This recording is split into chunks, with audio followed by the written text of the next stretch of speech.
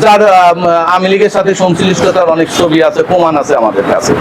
তারপর আপনার শিলাইদা search committee ইউনিয়নের 5 নম্বর সদস্য সেলিম রেজা মালিতা, উনি সরাসরি আওয়ামী লীগ করতেন। আওয়ামী লীগের নেতৃবৃন্দের সঙ্গে ওনার অসংখ্য কর্মকাণ্ড রয়েছে। এবং নাসির উদ্দিন যাকে সৌদিক ইউনিয়ন বিএনপি করেন, আপনারা জানেন সে আওয়ামী লীগ থেকে মেম্বার নির্বাচিত হয়েছে।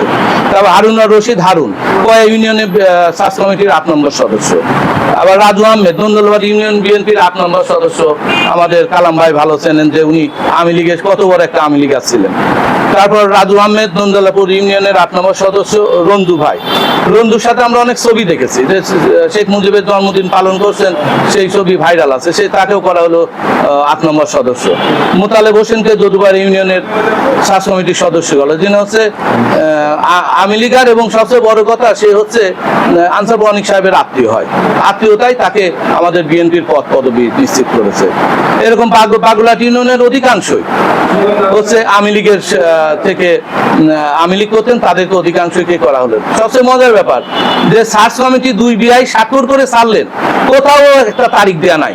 আমার কাছে সবগুলি নোট আছে, আপনারা দেখবেন যে শুধু ফেসবুকে ছেড়ে দিচ্ছেন 2 বিআই স্বাক্ষরিত, কোনো তারিখ দেয়া নাই, কোনো স্মারক নাম্বার দেয়া নাই, কোনো না। আবার যখন ইচ্ছা মনে হচ্ছেন 2 বিআই চা খেতে খেতে আমার ওই আত্মীয়টা বাদ পড়ে গেছে, সঙ্গে সঙ্গে তার নাম দিয়ে তাকে সার্চ কমিটির সদস্য করে দিই।